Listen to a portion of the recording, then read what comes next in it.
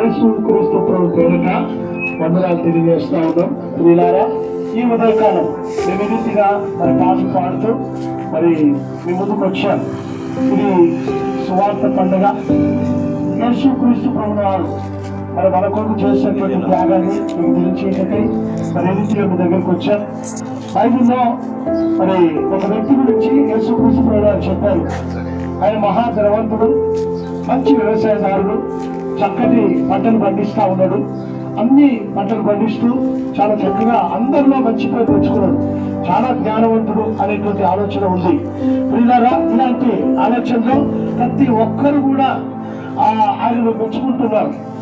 అయితే ఒకరోజు ఆయన పొలం దగ్గరికి వెళ్ళి మొత్తం చూసినప్పుడు పొలమంతా పచ్చగా మరి వాడిపోయింది, కోయాలి. ఇప్పుడు పోయిన సంవత్సరం కోసినటువంటి పంటే ఆ పంట ఇంకా అమ్ముడు పోలేదు, అది గోదాములు అట్లే ఉంది. మళ్ళా ఇప్పుడు ఈ పంట చేతికి వస్తుంది, మరి ఏం చేయాలా?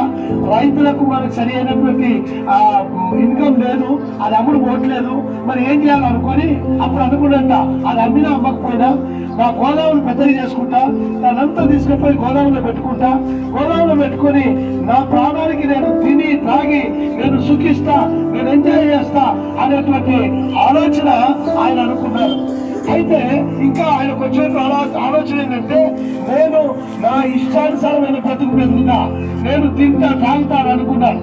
అయితే రాత్రి దేవుడు ఆయన దర్శించి అన్నటువంటి మాట ఏంటంటే, ఒరే వెళ్ళరా, ఈ రాత్రి నీ ప్రాణం పోతే నువ్వు సంపాదించింది ఎవరి అయితే అని చెప్పేసి అన్నారు. ఒరే వెళ్ళరా, లోకమంతా అంటున్నారు నువ్వు మహాజ్ఞానివయ్యా, గొప్పనివయ్యా, తెలుగుతో పంటలు పండిస్తున్నావయ్యా, నీ తెలుగు చాలా గొప్పదయ్యా అని అనుకుంటున్నారు. కానీ సృష్టికర్త అయినటువంటి దేవుడు, మన గురించి తెలిసినటువంటి దేవుడు అన్నారు, ఒరే వెళ్ళరా, నువ్వు ఈ రాత్రి చనిపోతే నువ్వు సంపాదించిన ఎక్కడికి పోతాయి. ప్రియులారా, ఈ మాట ఇప్పుడు నీకు నాకు కూడా వర్తిస్తుంది. ఎందుకంటే రేపు నీవు చనిపోతే, ఈ రోజు రాత్రి నువ్వు చనిపోతే ఎక్కడికి పోతావో నీకు తెలియదు. మనమందరం అనుకుంటున్నాం బ్రతికినంత కాలం తినాలి, తాగాలి, ఎంజాయ్ చేయాలి. ఎక్కడ ఎంజాయ్? బ్రతికిన తర్వాత వయసు మీద పడిన తర్వాత లంగ్స్ చెడిపోయి, ఊపిరితిత్తులు ఖరాబ్ అయిపోయి, గుండె బలహీనం అయిపోయి, మోకాలు నొప్పులు వచ్చి, తలకాయ నొప్పులు వచ్చి, ఈ బాధలు వచ్చి, ఇబ్బందులు వచ్చి, ఇంకేంద్ర ఆయన ఈ బతుకు ఎప్పుడు వస్తారో ఆయన అనేటువంటి ఆలోచన ఉంది. కానీ నీవు చనిపోతే ఎక్కడికి పోతావు అనేటువంటి విషయాన్ని తెలియజేయడానికే మేము ఇక్కడికి వచ్చాం. అయ్యా, అందరూ చనిపోయేటువంటి వాళ్ళే, లోకమంతరికి తెలుసు ఈ లోకం ఎంతో కాలం ఉండదన్న సంగతి, ఈ లోకంలో మనం ఎంతో కాలం ఉండవన్న సంగతి. 100 కోట్లు సంపాదించి 9 లక్షల కోట్లు ఖర్చు పెట్టి ఒక మంచి బంగ్లా కట్టుకొని, నేను చక్కగా బంగ్లా మీద బంగ్లా వేసుకొని, ఓ 7 అంతస్తుల మీద అటుగుట్టు ఏదో కట్టుకొని నేను బ్రతుకుతుంటే కూడా అక్కడ చచ్చిపోతే తీసుకొని ఇంటి ముందుట వరండాలో పడేస్తారు, అక్కడి నుంచి తీసుకుని వెళ్ళి శ్మశానంలో పెడతారు. కానీ ఈ శరీరం బలహీనమైపోతుంది. కానీ నీలో ఉన్నటువంటి ఆత్మ దేవుడు పెట్టినటువంటి దీపం అండి. అందుకని దేవుని యొక్క వాక్యం అంతా ఉంది, నరుడి ఆత్మ దేవుడు పెట్టినటువంటి దీపము అని చెప్పేసి ఉంది. కాబట్టి ప్రియులారా, నరుడి ఆత్మ మరి దేవుడి నుంచి వచ్చింది కాబట్టి నీ ఆత్మ తిరిగి దేవుని దగ్గరికి వెళ్తుంది. కాబట్టి దేవుని దగ్గరికి వెళ్ళాలి, దేవునిలో ఉండాలి. ఇంకొక మాట నేను నీకు చెప్తానండి, ప్రతి మనిషి చనిపోతాడు, కానీ చనిపోయిన తర్వాత ఒక్కడు కూడా మరణ పుట్టడు. ఏదో కుక్కయ్యో పందెల్లో పుడతాం అనుకుంటారు. కుక్క పంది కావడానికి వీల్లేదు.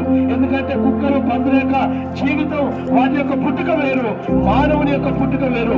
మానవుని యొక్క పుట్టుక మంచి శ్రేష్టమైనటువంటి పుట్టుక.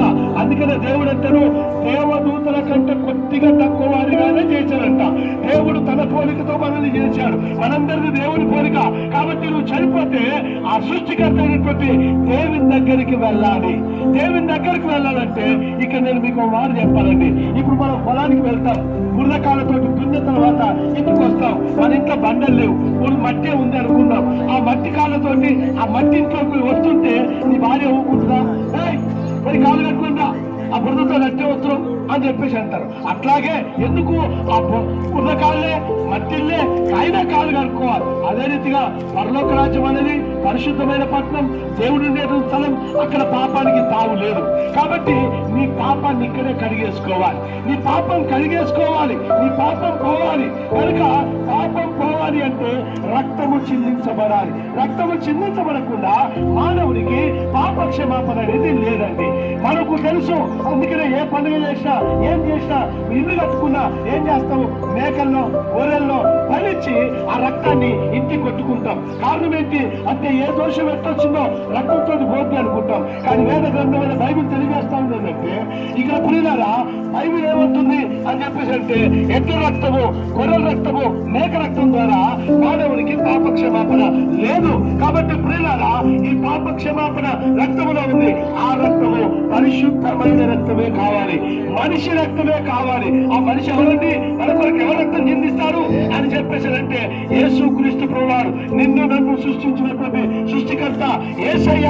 ఆయన ఈ లోకానికి వచ్చి నీ కొరకు నా కొరకు ఈ లోకంలో 33 సంవత్సరాలు జీవించారు. గుడ్డివాళ్ళు బాగు చేశారు, గుడ్డివాళ్ళు బాగు చేశారు, కృష్ణుడు బాగు చేశారు, చనిపోయినటువంటి వాళ్ళు లేపారు. ప్రియులారా ఆయన చనిపోయి తిరిగి లేచారు.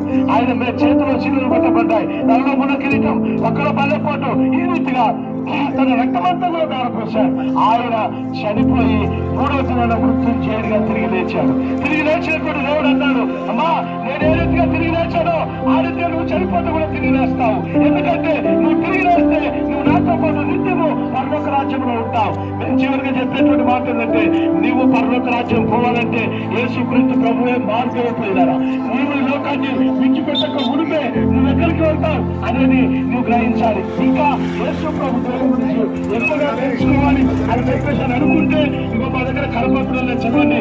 ఇక్కడ పవర్ పాస్టర్ గారు ఉన్నారు.